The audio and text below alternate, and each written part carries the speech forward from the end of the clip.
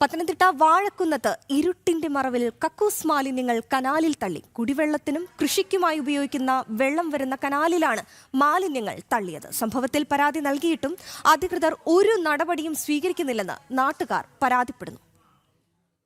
ചെറുകോൽ പഞ്ചായത്തിൽ വാഴക്കുന്നം ഭാഗത്താണ് സംഭവം. ഈ മാസം 2ാം തവണയാണ് കനാലിൽ കക്കൂസ് മാലിന്യവും മറ്റു മാലിന്യങ്ങളും തള്ളിയത്. പമ്പ ഇറിഗേഷൻ പ്രോജക്റ്റിന്റെ ഭാഗമായുള്ള കനാലിലാണ് മാലിന്യങ്ങൾ ഉപേക്ഷിച്ചിരിക്കുന്നത്. ഇരുട്ടിന്റെ മറവിലാണ് സാമൂഹ്യ വിരുദ്ധർ കനാലിൽ മാലിന്യങ്ങൾ തള്ളിയത്.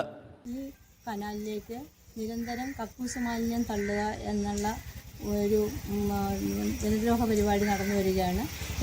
നിരന്തരം ഒരു മാസത്തിനിടയ്ക്ക് 2ാമത്തെ തവണയാണ് ഈ മാലിന്യം നിക്ഷേപിച്ചത്. ഇതിനെതിരെ കഴിഞ്ഞ പ്രാവശ്യം തന്നെ ബന്ധപ്പെട്ട എല്ലാ ഡിപ്പാർട്ട്മെൻറ്റ്സിനും ഞാൻ പരാതി നൽകിയിരുന്നു. പക്ഷേ സത്വര നടപടികളൊന്നും ഇതിനെ സ്വീകരിച്ചു കണ്ടില്ല. കൃഷിക്കും കുടിവെള്ളത്തിനും ഉപയോഗിക്കുന്ന കനാലിലാണ് കക്കൂസ് മാലിന്യങ്ങൾ ഉൾപ്പെടെ കിടക്കുന്നത്. ജനം, പത്തനംതിട്ട.